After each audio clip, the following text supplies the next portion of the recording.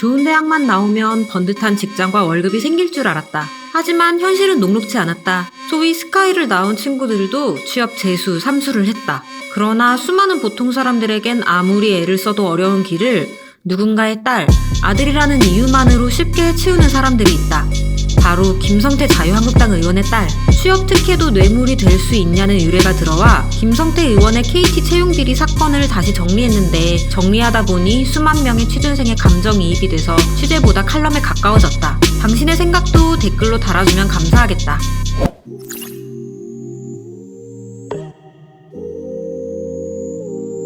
김성태의 딸은 2011년 KT에 계약직으로 입사해서 일하다가 2012년 KT 신입사원 공개 채용에서 최종 합격해 정규직이 됐다. 그런데 그녀가 채용된 과정이 영 수상하다. 알고 보니 그녀는 2012년 공개 채용 때 입사 지원서를 내지 않았다. 공채에 지원해본 사람이라면 누구나 쳐봤을 인적성 검사에 응시한 적도 없다. 인성검사만 치렀고 그 결과마저도 불합격이었지만 합격으로 조작돼 결국 최종 합격했다. 알고 보니 그녀는 국회의원 김성태의 딸, 김성태는 그녀의 아빠. 아는 사람의 딸을 취직시켜준 것도 뇌물이라고 볼 수 있을까? 여기엔 세 가지 맥락이 있다. 금품 여부, 대가성, 직무 관련성. 지금부터 이 세 가지를 따져보자.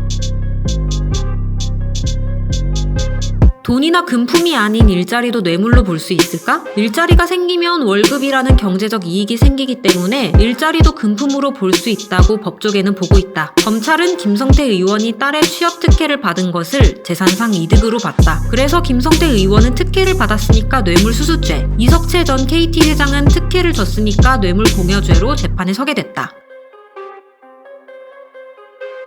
KT가 아무 대가 없이 일자리를 주지는 않았을 거다. 검찰은 2012년 국정감사가 그 대가라고 본다. 당시 이석채 전 KT 회장은 국회 환경노동위원회 국정감사 증인으로 채택될 뻔했다. KT는 그걸 막으려고 했는데 마침 김성태 의원이 딱 당시 환노위에 소속돼 있었다. 이 전 회장이 국정감사에 서지 않는 조건으로 KT 계약직으로 일하고 있던 김 의원의 딸이 정규직으로 뽑히게 됐다. 검찰은 이렇게 보고 있다.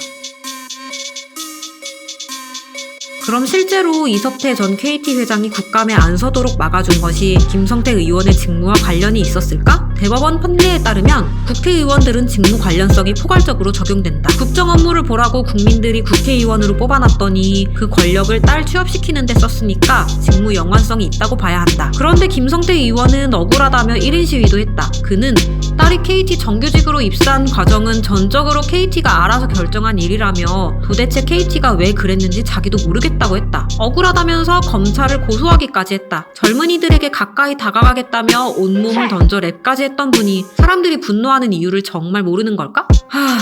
판사님 비트 주세요. 3년 전 그분의 딸 정유라 씨가 이화여대에 입학한 게 특혜였다는 것이 알려지자 사람들은 분노했다.